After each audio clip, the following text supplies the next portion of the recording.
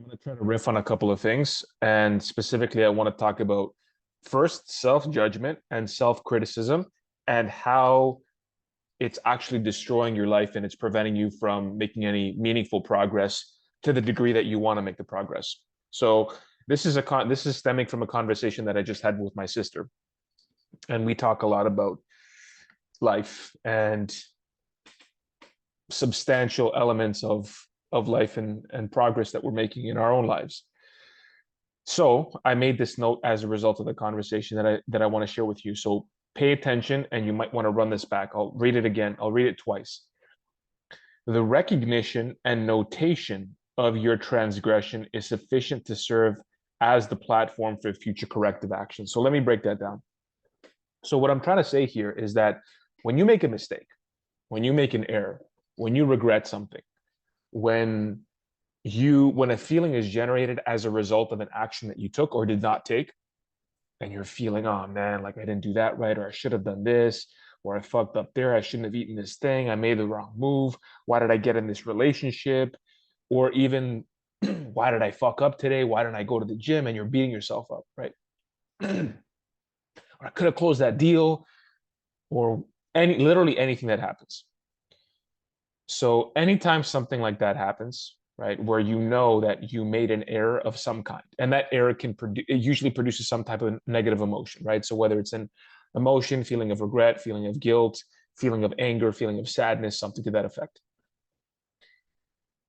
Now, you're going to feel that anyway. So you don't need to add an extra layer of judgment and self-attacking over that. So the recognition, so the awareness, so you're being aware of what happened, and notation of your transgression of that mistake. So you're aware of the mistake, maybe not in the moment, but afterwards, you're aware of what happened and how you reacted. Then you make a note of it. That in and of itself is enough, is sufficient to serve as the platform, the basis for future corrective action for what you're going to do in the future. So what I'm trying to tell you here is when you generate a certain level of awareness where whenever you make a mistake and you're in tune with your own internal experience, because your own internal experience will basically indicate to you, will signal to you whether you made that mistake or not. That awareness and you make a note of it, because sometimes the awareness, you're going to forget it. So what you want to do is you want to kind of describe the experience, what you felt, and basically in the future, what's going to happen is whenever you have another similar trigger, you're going to recognize that that is something that you experienced in the past. And what you experienced in the past produced a specific result that was not favorable to you, that you didn't like. So the best thing that you can do is generate that awareness over and over, make a bunch of notes. So that way, whenever it happens again in the future, you're like, ah, yes, I remember what happened here. And I remember the note that I made. So instead of acting in this way, I can act in this way. Now, you may not frame it that way, but you're intuitively going to be guided towards the right decision, saying the right thing, doing the right thing. Regret and guilt are already guideposts. So this is exactly what I just said. They're already your guideposts. So whatever you're feeling, it's already an indication of what your true north is, which is the opposite of that. So you did the thing, you said the thing, now you're feeling like crap, whatever the crap is, whether it's sad, whether it's angry, whether it's regret, whether it's guilt. So you know that in the future, by not behaving or saying the thing, behaving that way or saying the thing that you said, and by saying something else or doing something else that you would have liked to do. So you also have to determine what is the thing that you would have done or that you should have done.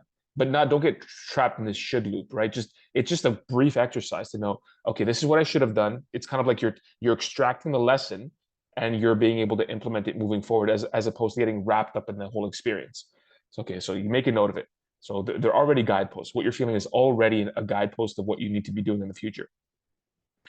The self-judgment is an added self-inflicted wound, a punishment, in an attempt to realign your actions, but is not sustainable as a standard method of improvement. And I've mentioned this, and I mentioned this in the past in a more casual way, where you see a lot of these guys on the internet talk about their internal dialogue, how they speak to themselves, and you might think, well, that's funny. Or wow, this guy, he's so disciplined and he speaks to himself in this rough way. You have to ask yourself, number one, is that sustainable? And number two, do you want to be talking to yourself this way? Even if you were able to get self-judgment to work and criticism to work, chastising yourself, kicking yourself, even if that worked, is that the approach that you would want to take for the next 30 years of your life, 40 years of your life, however much longer you live? Ask yourself that. The answer is probably no. You don't want to be doing that. So why would you adopt that as an approach now, as a methodology now? So think about that. And also consider this. It's very likely that you've already been judging yourself. You've already been criticizing yourself. You're already feeling down. So ask yourself, if you're already feeling these things and you're not making the type of progress that you want to make, then why would you continue adopting the same strategies? Yeah. So by doing that, by judging yourself and self-inflicting that wound, you're eroding your own confidence and trust in the stronger and more virtuous principles of honesty, compassion, forgiveness, encouragement, and understanding. Almost in that order, if you think about it. Because you have to be honest with yourself first, what happened. You have to be compassionate, so you have to show yourself a certain level of empathy. You have to be able to forgive yourself because you made a mistake and you're human and none of us are perfect. Then you have to encourage yourself to do the right thing, right? So you're pushing yourself, right? You're giving yourself forward movement. So you're encouraging yourself by what you're saying, what you're doing, and the types of habits that you're establishing. And you're also generating understanding about the situation so that you're less likely to repeat it in the future. Here's the kicker. You're likely to repeat the same mistake again. Okay. But that's the normal part of the process. What you want to strive for is just improvement. You're not going to be able to eradicate all mistakes. Just strive for improvement. It's going to be a gradual, incremental improvement. So there's stages that you're going through. So and typically what's going to happen is either the intensity of that experience is going to diminish or the frequency or both. So intensity and frequency typically are the ones that diminish when you start to learn things. So the self-judgment erodes confidence and trust in the stronger, more virtuous principles, honesty, compassion, forgiveness, encouragement, understanding, that are required to lead you upwards. So these are the principles that actually lead you upward. Because you're letting go of any excess baggage, any additional noise that's there, that's been conditioned within you, that is actually holding you back. And now you're trapped in a loop of like talking to yourself and self-sabotaging, and you wonder why. It's because of the dialogue. It's because of the way you're regarding yourself, the way you're perceiving yourself is warped. So keep everything that I said in mind. In fact, I would encourage you to actually watch this video again. Sometimes I can tell if a video is like very clear and structured and comprehensive.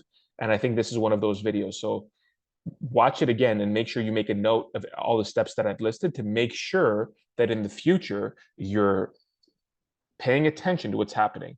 You make a mistake or you messed up in some way, you pay attention to your experience, how you're feeling, then you make a note of that. You generate awareness around that entire experience. You write it down as far as what happened, how you reacted, so what you said, what you did, and what you should have done or would have done or would have liked to do, right?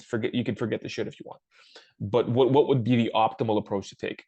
So make a note of that and then jettison the rest and go through the process of be honest with yourself, show yourself a little bit of compassion and understanding, right? Forgive yourself for that transgression, encourage yourself to move forward, right? So, and by the way, all of this happens with your actions, and then generate understanding around the situation. So that way it's less likely to repeat itself in the future. But if it does, that's okay. You go through the process again.